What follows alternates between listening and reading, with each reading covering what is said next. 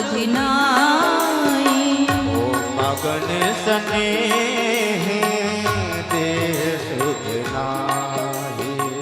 सब विधि सानुकूल लख सीता। सब विधि सानुकूल लख सीता।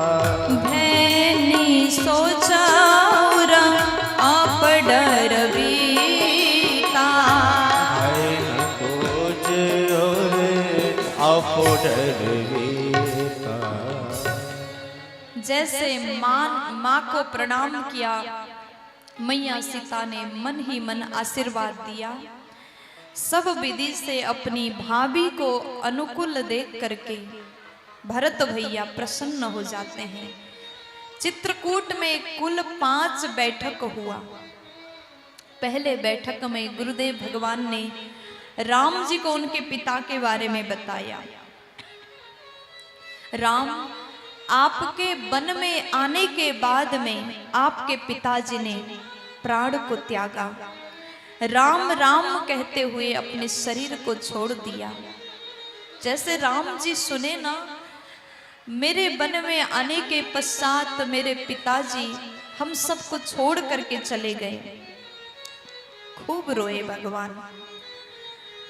नृपकार सुरापुरा गावनु सुनावा।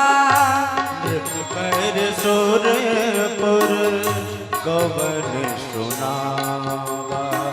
नृपकार सुरापुरा गावनु सुनावा। नृपकार सुरपुर गवन सुनावा। सुनि रघुनाथ दुसहु दुख पावा।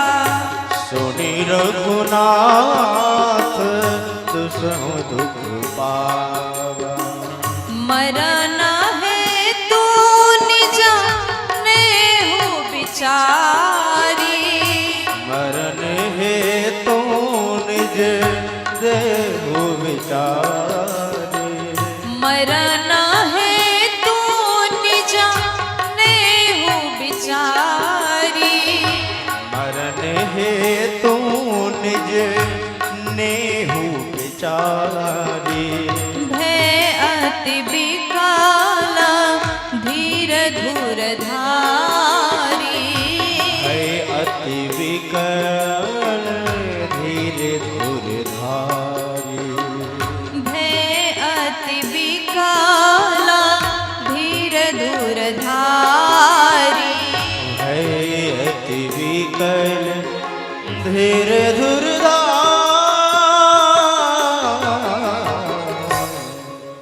आज जैसे राम जी को पिताजी के बारे में पता चला, भगवान खूब रोए। उस समय भगवान ने सोचा कि मेरे प्रेम के कारण मेरे लिए मेरे पिताजी ने प्राण त्यागा। राम जी सहन नहीं कर पाए। बाबा ने कहा कि इस समय चित्रकूट का अवस्था ऐसा हो रहा है, जितने लोग अयोध्या से आए थे ना, सब रो रहे हैं। ऐसा लग रहा है अभी अभी महाराज के गए बहुत दिन हो गए, लेकिन सबको ऐसा लगा कि अभी अभी राजा दशरथ हम सबको छोड़ के गए हैं। किसी ने कुछ नहीं खाया। बार बार कहने पर भी किसी ने जल भी पान नहीं किया। यही सच्ची निष्ठा है। किसी के मरने पर अगर आपको दुख हो रहा हो ना, तो उस समय खाना बंद कर देते हैं, वास्तव में अगर दुख हो तो। लेकिन आजकल तो वो भी नहीं कर पाते हैं। किसी को जला करके शमशान घाट से बाहर आते हैं, हाथ धो करके तुरंत दुकान में बैठ करके चाय बिस्कुट खाते हैं। ये गलत है। आज इतने दिन हुआ फिर भी किसी ने कुछ नहीं खाया, सब ने अन्न त्याग दिया। अब उसके बाद में दूसरा बैठक हुआ, तो उसमें गुरुजी ने कहा कि अब भरत जी आपको वापस ले जाने के लिए आए। माताओं से मिले, राम जी सबसे मिले, कई माँ, कौशल्या मैया, सुमित्रा मैया, सभी से मिले। गुरुदेव ने महाराज दशरथ के यश के बारे में बताया। राम, आपके पिताजी धर्म के धुरी को धारण करने वाले थे। उन्होंने अपने जीवन और मरण दोनों को ही सफल किया। महाराज के सुयश का गायन किया। तो उसके बाद में भरत जी महाराज अकेले गुरु जी के पास में गए। जिस समय गुरु जी अकेले थे ना, उस समय गुरु जी के पास जाकर के कहते, गुरुदेव आप तो राम जी को आदेश कर सकते हैं, आप कह दीजिए ना भैया को वो वापस अयोध्या चले हमारे साथ में। गुरुदेव बोले कि बेटा भरत, तुम्हारे प्रेम के सामने हो सकता राम जी झुक जाएं, वो ऐसे वापस नहीं जाएंगे।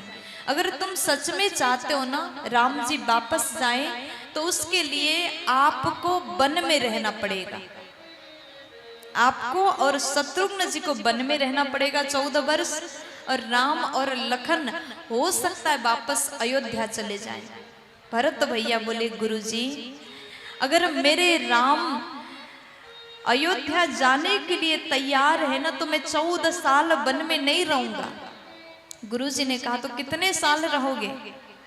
भरत भैया बोले, मेरे राम के लिए 14 वर्ष तो क्या, मैं पूरे जीवन भर वन में बिताना तैयार हूँ, वन में रह लूंगा।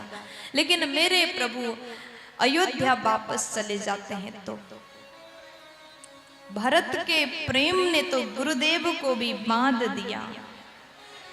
गुर अनुरागो भरत पर देखी, गुर अनुरागो भरत पर देखी, राम हृदय आनंद विशेषी, राम हृदय आनंद विशेषी,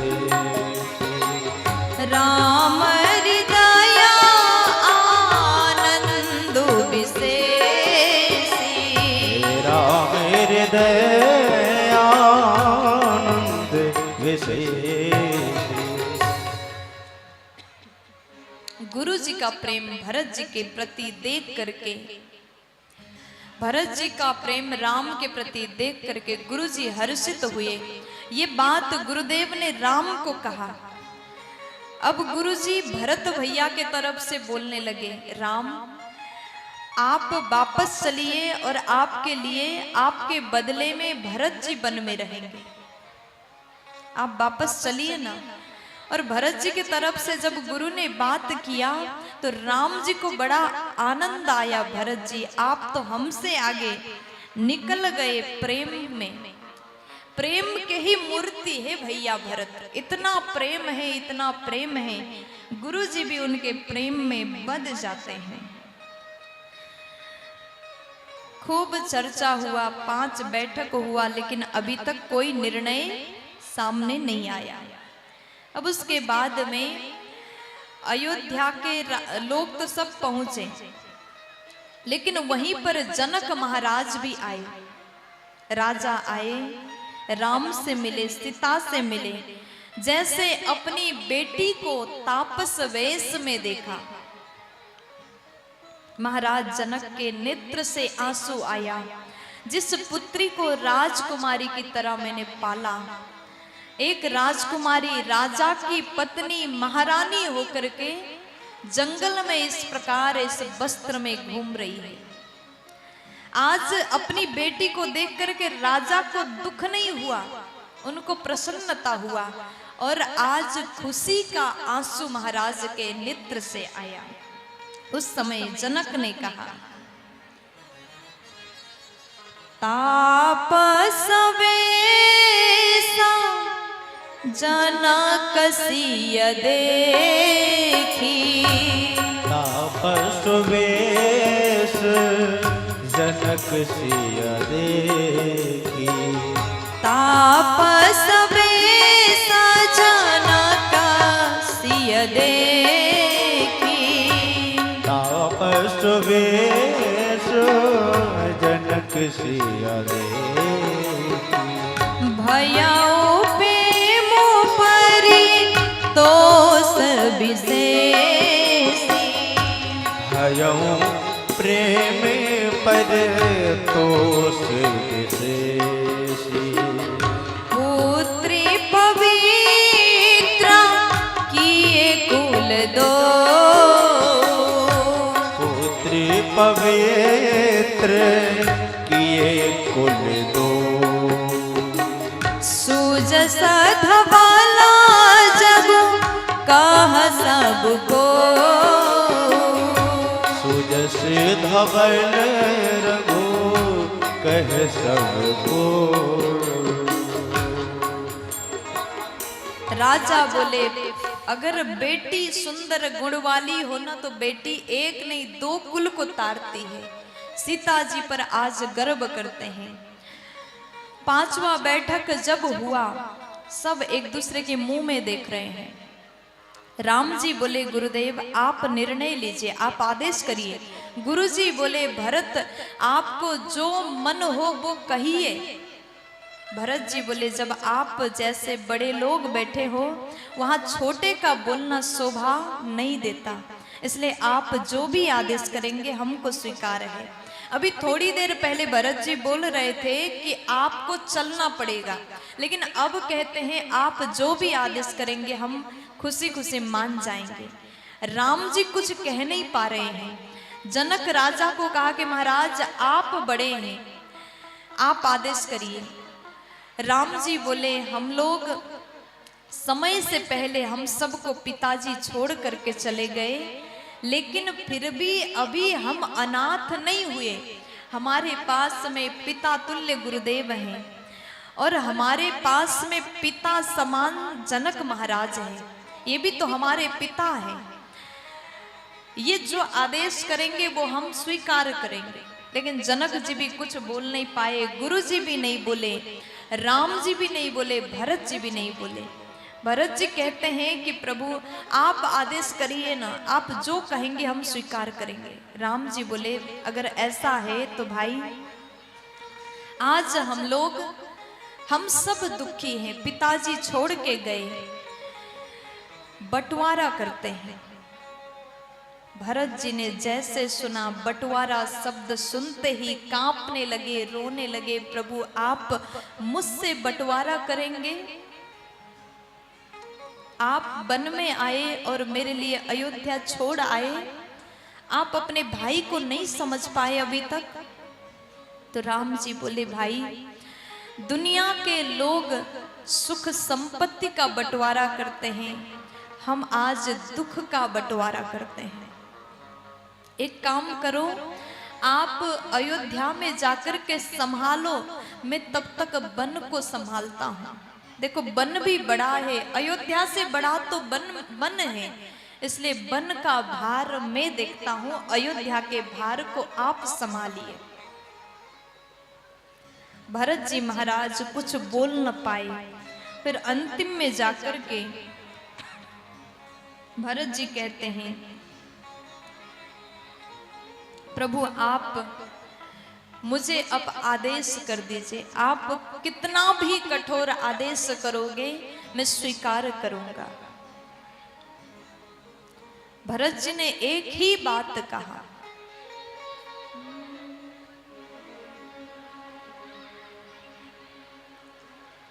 जहां ले चलोगे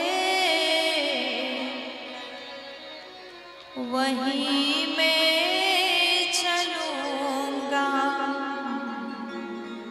जहां नाथ रख दोगे वहीं मैं रहूंगा, जहां ले चलोगे वहीं मैं चलूंगा, जहाँ ले चलोगे